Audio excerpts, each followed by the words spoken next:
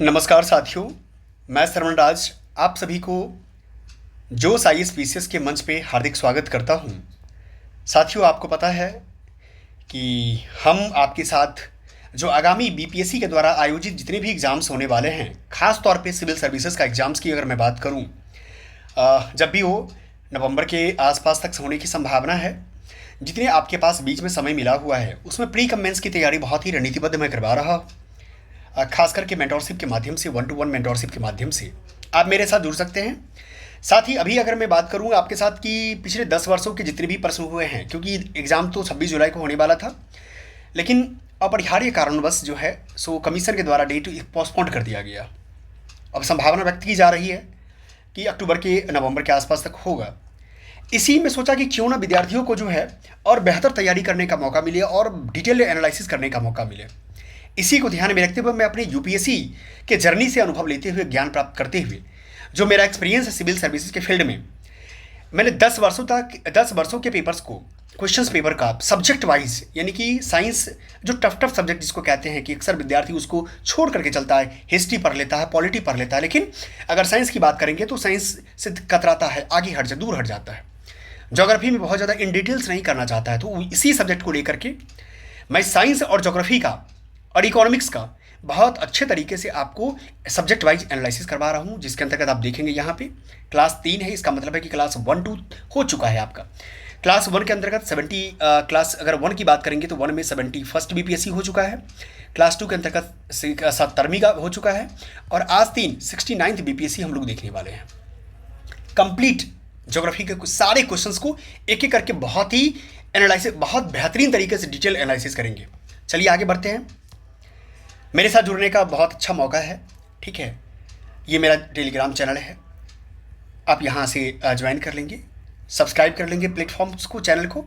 Facebook page है और WhatsApp channel भी है, दोनों कर लेंगे जहाँ भी आपकी पहली नज़र जाए। फेसबुक खोलेंगे तो फेसबुक पर भी मैं आपको नजर आऊँगा, और ख़ासतौर पे व्हाट्सअप खोलेंगे तो व्हाट्सअप पर भी, टेलीग्राम पर भी आपको आएंगे। साथ ही मैं एक बात बताता हूँ, डिस्क्रिप्शन में व्हाट्सअप ग्रुप का लिंक मैं डाल दूंगा। क्यों? क्योंकि 1-to-1 मेंटोरशिप जब हम लोग करते हैं, अब जो हम लोग 1-to-1 मेंटोरशिप करते हैं तो उस 1-to-1 मेंटोरशिप में पर्सनल गाइडेंस मिलता है, बहुत ही रणनीतिक तरीके से, यानी स्ट्रेटजिक वे में आपको असाइनमेंट दी जाती है, वीकली असाइनमेंट मिलता है, डेली असाइनमेंट मिलता है, और आप उसको तैयार करते हैं, मेंस भी और प्रीलिम्स भी। इससे एक एक समय का आपका सही सदुपयोग होता है, चाहे आप जॉब करने वाले हैं या जॉब नहीं करने वाले हैं, दोनों के लिए सेपरेट अलग अलग बैचेज है, ठीक है। इसीलिए मैं व्हाट्सएप ग्रुप का लिंक डाल दूंगा आपको ग्रुप डिस्क्रिप्शन में, आप वहाँ से ज्वाइन कर लेंगे, ठीक है। और तमाम चीज़ें आपके साथ बातचीत होती रहेगी। अब आगे चलते हैं अपने क्लास की ओर। आपको पता है 69 का मैं करवा दिया था, आज साइंस में करवा दिया हूँ। अब चलते हैं ज्योग्राफी पर। ज्योग्राफी का पहला प्रश्न जो है ना, इसमें 23 नंबर क्वेश्चन, 28 नंबर क्वेश्चन है, मैं आपको दिखाता हूँ। देखिए ज्योग्राफी का मैंने लिख भी दिया था, मैं अपना फोटो हटा देता हूँ जिससे कि क्वेश्चन करने में मजा आएगा।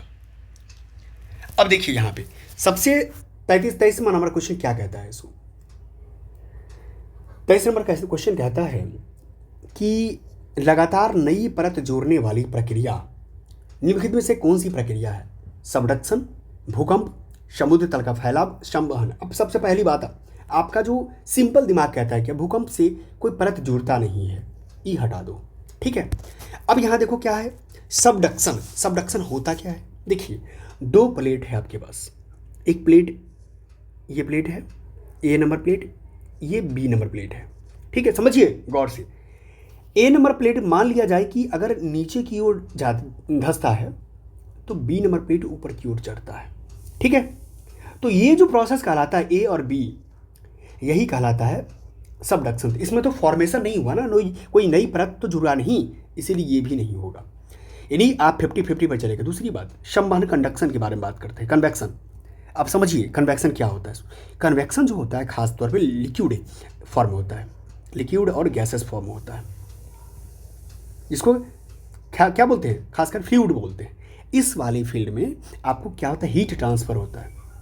हीट ट्रांसफर करने की जो वर्टिकल मूवमेंट होता है उसी को कहा जाता है संवहन, ये भी नहीं होगा। अब समुद्र तल का फैलाव, यानी सी स्प्रोड जो स्प्रेडिंग होता है समुद्र में, इसी को कहते हैं नई परत को जोड़ने वाला, ठीक है, उम्मीद करते समझ में आ गया होगा। अब चलते आगे। भूपटल के टुकड़े मेंटल में गति द्वारा निरंतर धीमी गति से प्रवाहित होते हैं। इस सिद्धांत को क्या कहा जाता है? फिर से पढ़िए, समझने में दिक्कत नहीं होनी चाहिए। भूपटल पे यानी जो खास तौर पे जो अर्थ क्रस्ट है, क्या है? अर्थ क्रस्ट है। अर्थ क्रस्ट पे टुकड़े मेंटल का आप जानते हैं कि क्या होता है? क्रस्ट मेंटल कोड होता है। आप जानते हैं ये चीज़? इस तरीके से जो है ना फॉर्मेशन बना हुआ, आपको पता भी होगा। ऊपर का क्रस्ट हो गया, बीच का मेंटल हो गया और नीचे का कोर हो गया। कहता है भूपटल के टुकड़े मेंटल में गति द्वारा निरंतर धीमी गति से प्रवाहित होते हैं। इसको क्या बोलते हैं? इसको सिद्धांत को क्या बोलते हैं हम लोग वो समझिए। ये एक प्रकार का प्लेट है ना, प्लेट द्वारा होता है ना, तो प्लेट टेक्टोनिक सिद्धांत होते हैं। क्या होता है? प्लेट टेक्टोनिक सिद्धांत यानी थ्योरी ऑफ प्लेट टेक्टोनिक के माध्यम से होते हैं। इसका आंसर क्या हो जाएगा? इसका आंसर समझिए क्या होगा। इसका आंसर हो जाएगा ये सी। अब मैं बता रहा हूँ कि महाद्वीपीय वहाब सिद्धांत क्यों नहीं हुआ, यानी थ्योरी ऑफ कंटिनेंटल ड्रिफ्ट क्यों नहीं हुआ, पेंजिनिया सिद्धांत क्यों नहीं हुआ, प्लेट सीमा सिद्धांत क्यों नहीं हुआ, थ्योरी ऑफ प्लेट बाउंड्रीज क्यों नहीं हुआ। अब समझिए इसको। आप ये जानते हैं कि जो थ्योरी ऑफ कंटिनेंटल ड्रिफ्ट होता है, ये जो लिखा हुआ है महाद्वीपीय वहाब सिद्धांत, ये होता क्या है? आप जानते हैं कि सबसे पहली बात मैं बता दूं, जो खास करके पूरे एक पृथ्वी है, पृथ्वी का जो संरचना है, पृथ्वी के संरचना में जो जमीन का भाग है, लैंड का भाग है, वो लैंड का भाग पेंजिनिया कहलाता है। क्या कहलाता है? पेंजिया कहलाता है। और जो पानी का भाग है, महासागर का भाग है, महासागर वाला भाग है, उसको पेंथालासा बोलते हैं। क्या बोलते हैं? पेंथालासा बोलते हैं। समझिए, गौर समझ जाएंगे तो फिर आपको करने की जरूरत नहीं पड़ेगा। समझ में आ गया? अब मैं फिर से बता रहा हूँ, ये जो पेंथालासा होता है, अब पेंजिनिया टूट जाता है दो भाग में। एक उत्तरी भाग को अंगारा बोलते हैं, अंगारा नॉर्थ वाले को बोलते हैं, और ये हो गया गोंडवाना, इसको साउथ बोलते हैं। दक्षिणी भाग टूट के बन गया। अब ये जो अंगारा और गोंडवाना टूटा, उसके बीच में क्या मिलता है? टेथिस सागर। क्या मिलता है?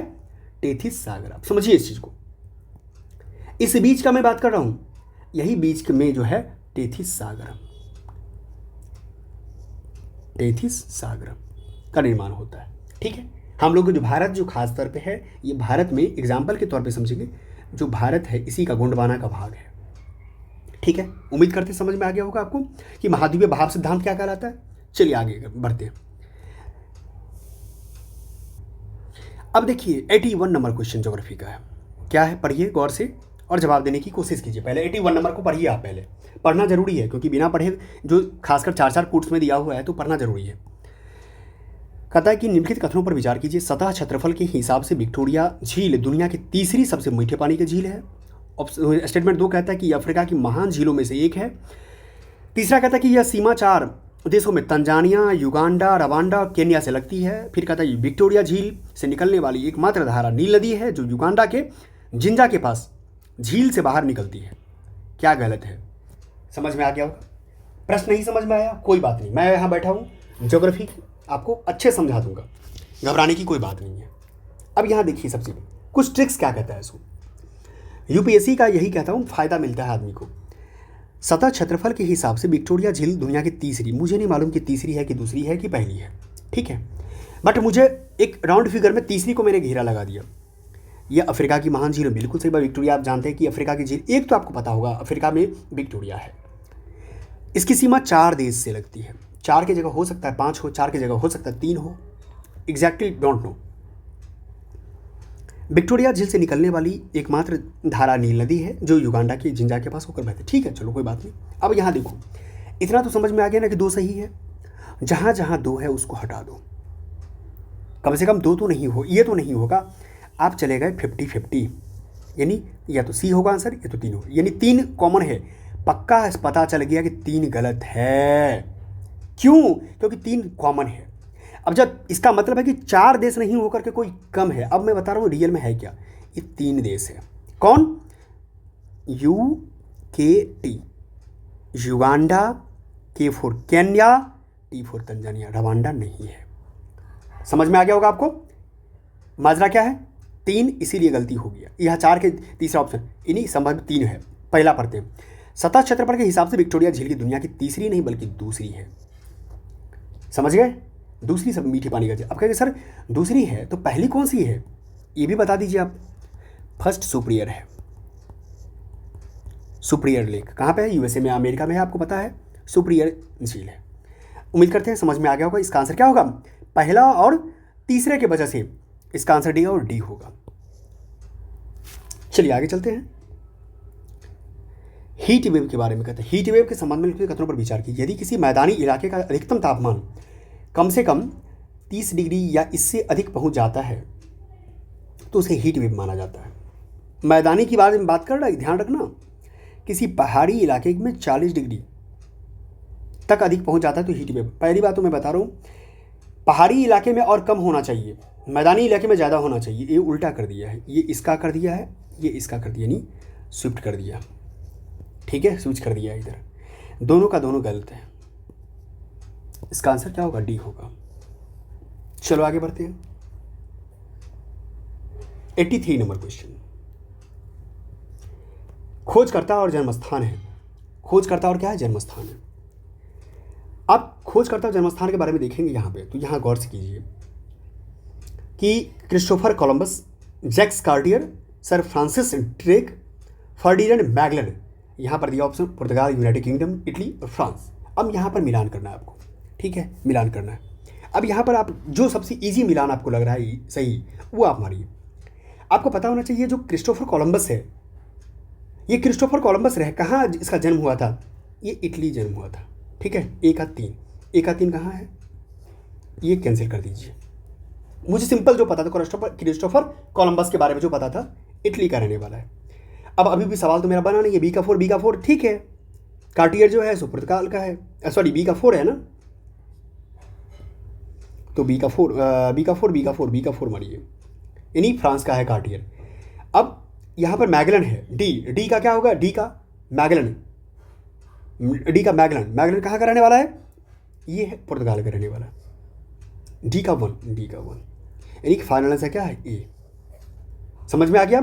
ए का 3 मतलब कोलंबस का जो है इटली का रहने वाला है, जैक्स कार्टियर फ्रांस का है, sir Francis Drake United kingdom का है, और फर्डिनेंड मैगलन पुर्तगाल का रहने वाला है। चलिए आगे बढ़ते हैं।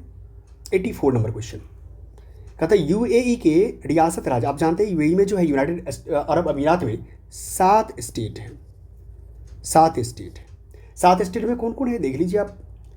Abu Dhabi, Dubai, Sharjah, Ajman, अलकैन, फजुरैह, रासल खयाम। अब देखते हैं आगे। Dubai, Sharjah, Ajman, Jeddah, Kuwait. पहले तो कुवैत देश है, कुवैत इसमें कैसे हो सकता है यूएई में? ऑलरेडी यूएई अलग देश है, कुवैत अलग देश है, ये तो नहीं होगा। अलक्वैन, फजुराह, रासल ख्याम, रियाद तो सऊदी अरब की राजधानी है भाई साहब, ये कैसे हो जाएगा? ये भी cancel. Sharjah, Abu Dhabi, Ajman, Fujairah, Dubai, Bahrain, Kuwait यहाँ भी लगा हुआ। यानी आंसर आपके पास आ गया एक, सिंपल। क्या है? Simple. Abu Dhabi, Dubai, Sharjah, Ajman, अलक्वैन, फजुरा, रासल ख्याम। उम्मीद करते समझ में आ गया होगा। Next 85 number question. Subarnarekha नदी निम्नलिखित में से किस गांव के पास से निकलती है? इस गांव के बारे में देखिए। ये सुवर्ण रेखा नदी आपको पता है कि ये नगरी और माझी, ये आता है तो ठीक है, नहीं आता तो नहीं, स्किप करे चलो, इसको स्किप करके चलो, ठीक है। बट आपको याद मैं बता दूं ये नगरी है। विकिपीडिया करेंगे तो आपको पता चल जाएगा। विकिपीडिया में ये झारखंड का जो रांची है ना, वहाँ पर एक गाँव है नगरी, वहीं से निकलती है। खासकर ये बहती कहाँ पे है? ये खास करके झारखंड हो गया, वेस्ट बंगाल हो गया और उड़ीसा हो गया। उड़ीसा के पास ही क्या होती है, वहाँ पर बे ऑफ बंगाल में मुहाना इसका है, गिर जाती है। इस पर एक एडिशनल की बात करेंगे तो एक हुंड्रू जलप्रपात यहाँ पे है। क्या है? हुंड्रू वाटरफॉल यहाँ पे है, जलप्रपात है। दूसरी बात करेंगे यहाँ पर एक इसकी सहायक नदी है खरकई, जिसको लेकर के पूछा हुआ है यूपीएससी या बीपीएससी पूछा हुआ है। खरकई रिवर है, खरकई सहायक नदी है, ठीक है। चलो आगे चलते हैं। 86 नंबर क्वेश्चन आप लोगों को भी जवाब देना है 86 का। निम्नलिखित में से कौन से राष्ट्रीय उद्यान, नेशनल पार्क, वन्यजीव अभ्यारण्य बिहार में है? कहाँ है? बिहार में होना चाहिए। पहली बात जिसको पता है वो तो बना लेगा बहुत ईजी। वाल्मीकि आप जानते हैं कि पश्चिमी चंपारण में है, वेस्ट चंपारण में है, तो एक तो होगा। जहाँ जहाँ एक है वहाँ मान लीजिए। ऑलरेडी 50-50 चले गए आप। देखो एक के बारे में जानकारी हो से 50-50 चल गई, एक होगा और 3 और 4। दुधवा जानते हैं यूपी में है, कहाँ पे है? यूपी में है, 2 होगा नहीं। गजनेर और भीम बांध, भीम बांध पता है मुंगेर में है, कहाँ है? मुंगेर में है। ऑलरेडी भाई साहब 1 और 4, 1 और 4 के बेसिस पे आंसर ये हो गया। गजनेर कहाँ पे है पता है आपको? गजनेर आपका हो जाता है राजस्थान में,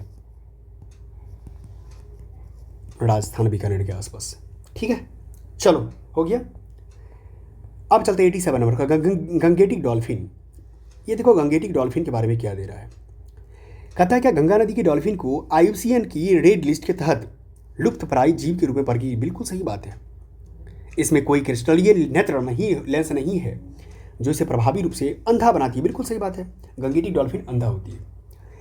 यह इको लोकेशन का उपयोग कर आगे बढ़ती और शिकार करती है। बिल्कुल सही, एग्जैक्ट। इसे भारत का राष्ट्रीय जलीय जीव के रूप में मान्यता दी गई। बिल्कुल सही बात है, 2010 के आसपास। ठीक है, 2010 के आसपास इसको दिया गया है। ये नहीं कि कुल मिलाकर के आपके समझ में आ गया चारों का चारों क्या है, सही है। और गंगेटिक डॉल्फिन से रिलेटेड कई बार प्रश्न पूछा गया, इसलिए आपको एक बार विकिपीडिया करके जाना चाहिए। विकिपीडिया करने से फायदा ही मिलता है। ठीक है, एक बार करके जाया करो। अब देखो यहाँ 88 नंबर कुछ, गंडक नदी का दूसरा नाम क्या है? गंडक नदी का दूसरा नाम बूढ़ी गंडक क्यों होगा? महानंदा क्यों होगा? ये स्वतंत्र नदी है। या पुनपुन क्यों होगा? ऑलरेडी एक ही रिवर बसता है फिर, नारायणी। मैं आपको ये कहना चाहता हूँ, आपको नहीं याद है फिर भी गंडक की सहायक, गंडक की दूसरा नाम बूढ़ी गंडक ऑलरेडी एक स्वतंत्र नदी है। महानंदा स्वतंत्र नदी है, पुनपुन स्वतंत्र नदी है, एक बसता है नारायणी, नारायणी होगा ऑप्शन। बिहार के में से किस जिले में सोना पाया जाता है? सोना के बारे में आप जानते हैं, जमुई 45% कॉन्सेंट्रेट है। त्रिवेणी नहर आपको पता है, त्रिवेणी नहर किस राज्य में है? किस राज्य में है? चंपारण। कौन से नदी? गंडक। आगे बढ़ो, मारो आगे बढ़ो। अब ये देखो, ये बहुत अच्छा क्वेश्चन, यूपीएससी में भी पूछा हुआ है ऐसा क्वेश्चन PYQ के तौर पे। घाना तट जो होता है, अफ्रीका का घाना तट पर सोने के समृद्ध प्लेसर जमा पाए जाते हैं और ब्राजील में सोने की सिराएं पाई जाती है। बिल्कुल सही बात है। आप गौर करेंगे ना, जो अटलांटिक महासागर है एस की भांति है। ये जो पार्ट हो जाता है आपको, ये जो पार्ट हो जाता है, ये ब्राजील का पार्ट है। और इधर जो देखते हैं ये अफ्रीका का पार्ट, ये यानी ये कोना। आप समझिए इस चीज़ को, मैं कहना क्या चाह रहा हूँ। ये कोना और ये कोना, ये ब्राज़ील का कोना हो गया, ये घाना का कोना हो गया। दोनों एक समय क्या था, जब अटलांटिक महासागर नहीं था तो सटा हुआ था, इसीलिए जो घाना पे मिलता है वही ब्राज़ील के तट पे मिलता है। पहला सही है। किसी समय ये महाद्वीप अटलांटिक तट के एक साथ बिल्कुल, अभी तो मैं जस्ट बताया हूँ, दोनों सही है। ठीक है, चलते हैं आगे।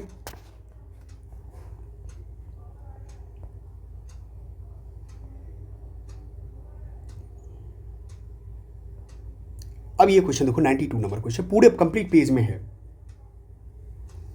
92 नंबर क्वेश्चन कहता है बिहार की भौगोलिक संरचना जो है, आपको मैं बता दूंगा बाद में। बिहार की भौगोलिक संरचना चट्टानी प्रणालियों से बनी हुई है। चट्टानी प्रणालियों का उनके विवरण से मिलान करना है। धारवाड़ चट्टान प्रणाली, विंध्यन है, क्वाटरनरी है और टर्सरी है। तृतीय का मतलब टर्सरी है। ठीक है, अब आपको समझिए, यहाँ समझना है कि जो इजी कौन सा आपके लिए लगता है। सबसे पहली बात आप समझिए यहाँ पे कि समझना जो है, खासकर जो बात करेंगे ये टर्सरी है, डी टर्सरी। टर्सरी आप जानते हैं, टर्सरी का जो कॉन्सेंट्रेट है, सोमेश्वर पहाड़ी जो है टर्सरी, जो खासकर पश्चिमी चंपारण में है। पश्चिमी चंपारण में सोमेश्वर पहाड़ी है, वो टर्सरी चट्टान प्रणाली है। यानी तृतीयक जो है टर्सरी पश्चिमी चंपारण वाले में है। ठीक है, सोमेश्वर पहाड़ी आप जानते हैं। चलो मिलाकर के देखते हैं, डी का 2 कहाँ पे है? डी का 2 मिल गया। एक ऑप्शन से एक चीज़ की जानकारी लेने से मेरे पास आ गया। मुझे नहीं मालूम कि ये क्या है, ये क्या है, ये क्या है, मुझे नहीं मालूम, इसका आंसर निकल गया। यानी धारवाड़ चट्टान जो है सबसे पुराने अर्कियन रॉक सिस्टम है जहाँ मेटल मिलता है। बिल्कुल सही बात है, धारवाड़ चट्टान में ही आता है। जो मुंगेर का पार्ट है ना, खास करके जो दक्षिण बिहार का पार्ट है, पहाड़ी एरिया, उसमें खासकर धारवाड़ चट्टान ही है, इसीलिए वहाँ मेटल की, आपको मेटल में सोना मिलता है। जमुई का पार्ट इसी के लिए जाना जाता है। ठीक है, अब धारवाड़ समझ में आ गया आपको। बी का 4 देख लीजिए, विंध्यन चट्टान प्रणाली। विंध्यन क्या है? विंध्यन देख लीजिए, विंध्यन इसीलिए चूना पत्थर की यहाँ बलुआ पत्थर या चूना पत्थर मिलता है, क्योंकि आप जानते हैं कैमूर या रोहतास, ये विंध्याचल का ही क्या है, एक्सटेंशन है, जो पूर्वी भाग का एक्सटेंशन है। इसीलिए बी का 3-4 हो गया। अब अच्छा सी क्वाटरनरी, सी का 1 हिमालयन वाला। प्रायद्वीपीय नदियों के द्वारा मिट्टी आदि से तीव्र जमाव से। मैं उम्मीद करता हूँ ये प्रश्न बहुत अच्छे तरीके से आप समझ गए होंगे। अब चलते हैं नेक्स्ट 93 नंबर क्वेश्चन। निम्नलिखित में कौन सा समुद्री जैव विविधता के दृष्टिकोण से, डाइवर्सिटी के दृष्टिकोण से दुनिया का सबसे समृद्ध क्षेत्र है? वहाँ ज्वारनदमुख होना चाहिए, एस्चुरी होना चाहिए। कभी भी एस्चुरी कहाँ होगा? एस्चुरी वहाँ होगा जहाँ डेल्टा का निर्माण नहीं होगा, यानी कि उस रिवर को, वहाँ पर कोई भी रिवर जहाँ डायरेक्ट फॉल करती है कहाँ? समुद्र में। समुद्र कोस्टल एरिया भी होना चाहिए, निकट तटीय पर्यावरण के जंगल होना चाहिए, समुद्री घास होना चाहिए, प्रवाल भित्ति होना चाहिए। भाई साहब, प्रवाल भित्ति होने के लिए वहाँ पर क्या होना चाहिए? बहुत बड़ी चीज़ है, नमक दलदल मैंग्रोव। अब देखो नंदा देवी बायोस्फीयर रिजर्व क्यों होगा? समुद्र ये उत्तराखंड में पड़ता है, ये कहाँ यहाँ क्यों होगा? ऑप्शन देने वाला ही बेवकूफ़ है, फंसाने नहीं आया फिर बच्चे को। चलो अब यहाँ सुंदरबन देखो, सुंदरबन के पास जो है सुंदरबन बायोस्फीयर रिजर्व में एक बार प्रवाल भित्ति कभी हो ही नहीं, क्योंकि सुंदरबन डेल्टा बनाती है, प्रवाल भित्ति वहाँ हो ही नहीं सकती है। ठीक है, ये भी नहीं होगा, और ना ही ज्वारनदमुख होगा, एस्चुरी भी नहीं होगा, ना ही प्रवाल भित्ति होगा। तो ये दोनों कट गया। अब बचा नीलगिरी और मन्नार की खाड़ी। अब देखिए नीलगिरी बायोस्फीयर रिजर्व, जो नीलगिरी बायोस्फीयर रिजर्व में है, जो नीलगिरी वाला जो एरिया पश्चिमी घाट है, क्या है? पश्चिमी घाट है। ये क्या है? पश्चिमी घाट। पश्चिमी घाट के पास जो है, कभी भी याद रखिए, एस्चुरी तो मिल जाएगा, एस्चुरी तो मिल जाएगा, बट याद रखना है आपको कि प्रवाल भित्ति वहाँ नहीं मिलेगा। ठीक है, इसीलिए ये नहीं होगा, नीलगिरी वाला पार्ट नहीं होगा। बच्चा कौन? मन्नार की खाड़ी। बच्चा कौन? मन्नार की खाड़ी। मन्नार की खाड़ी में जो जब जाएंगे, खासकर तमिलनाडु के जो कन्याकुमारी के बगल वाला पार्ट में, तो वहाँ पर मन्नार की खाड़ी में जो है सारा चीज़ कॉन्सेंट्रेट मिलेगा, जितने भी एग्जाम्पल्स यहाँ दिया हुआ है। इसका आंसर ये होगा। चलो 94 नंबर क्वेश्चन देखो। 90 डिग्री पूर्वी देशांतर पर स्थित थिम्पू भूटान का स्थानीय समय निर्धारित कीजिए जब ग्रीनविच 0 डिग्री में 12 बजे बज रहा हो समय। आपको पता होना चाहिए भाई साहब, मैं बता देता हूँ आपको इसका आंसर क्या होगा। 1 डिग्री अगर मान लिया जाए,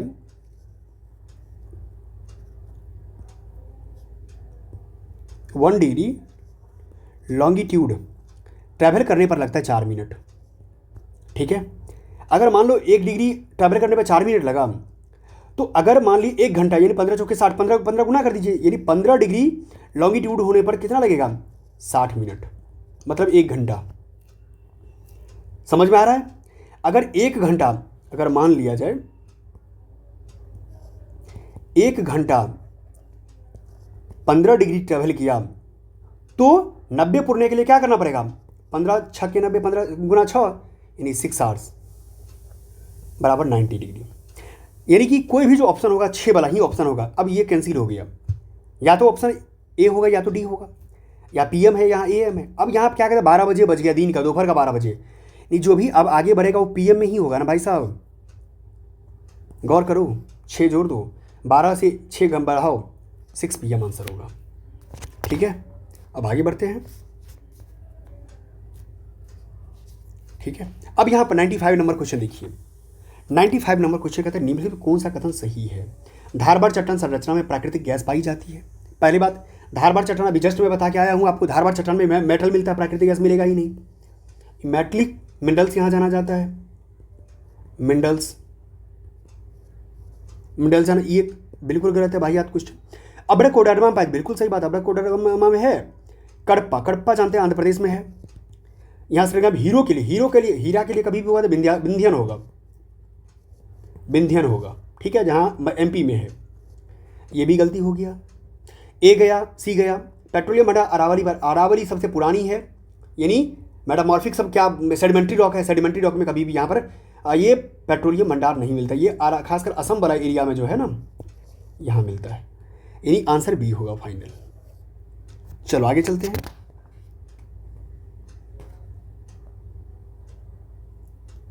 ग्लोब पर 1 डिग्री के अंतराल पर खींची गई अक्षांश रेखाएं कितनी है? अब देखो 1 डिग्री अक्षांश रेखाएं, अब बात करेंगे अक्षांश का मतलब क्या होता है। ये इस तरीके से जो रेखाएं खींची गई है इसकी बात कर रहा है। अब तो ये 0 हो गया या 90 हो गया, यहाँ भी 90 हो गया। अब यहाँ बात करना है कि अगर मान लो कितनी रेखाएं, 1 डिग्री का अंतराल की बात करेंगे, तो इस दोनों के बीच 1 डिग्री की अंतराल की बात करेंगे, कुल मिलाकर के हो जाता है 180 - 1 179। कितना हो जाता है? 179। क्योंकि एक जो होता है कॉमन हो जाता है, टोटल 90 180 तो हो गया, बट एक जो होता है कॉमन हो जाता है, इसी कारण से क्या हो गया 179 होगा। 179। चलो आगे चलते हैं। कोसी नदी की मध्य समुद्र तल से औसत दूरी, अगर आता है तो ठीक है, नहीं आता है तो स्किप करो। नहीं बनाना भाई साहब, 150 में 150 नहीं बनाना है, नेगेटिव है, कोई फायदा नहीं, बट आंसर जान लो 30 मीटर है। ठीक है। किस पठार पर कर्क रेखा और भारतीय मानक समय एक दूसरे को काटती है? समझ में आ गया। नैनी से जो गुजरने वाली है वो उसी के बारे में बात कर रहा है।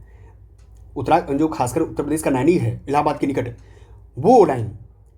ठीक है। जैसे मान लो मैं आपको समझाने की कोशिश कर रहा हूं, ये जो लाइन है ये, और यहां से जो ये गुजरती है, ये इस जगह के बारे में बात कर रहा है आपसे। क्या बात कर रहा है? ये जगह, ये कौन सा है? अब सोच के देखो, मालवा यहाँ पे पड़ता है, तो ये संभव ही नहीं है। बुंदेलखंड उत्तर प्रदेश के आसपास पड़ता है, झांसी के आसपास, ये नहीं होगा। एक बता, बघेलखंड छत्तीसगढ़ के आसपास, बिल्कुल सही, बघेलखंड हो गया। ठीक है। अब ये देख 99 क्वेश्चन। उत्तराखंड का कौन सा जिला तिब्बत सीमा से नहीं लगा हुआ है भाई साहब? पहली बात, उत्तराखंड का 3 ही जिला है जो लगता है। ठीक है। एक उत्तरकाशी लगती है, एक चमोली लगता है, और एक पिथौरागढ़ लगता है। 1 2 3 कौन है? पिथौरागढ़। पिथौरागढ़ समझ में आ गया? पिथौरागढ़। अल्मोड़ा नहीं लगता है। इसका आंसर क्या हो जाएगा? ये हो जाएगा।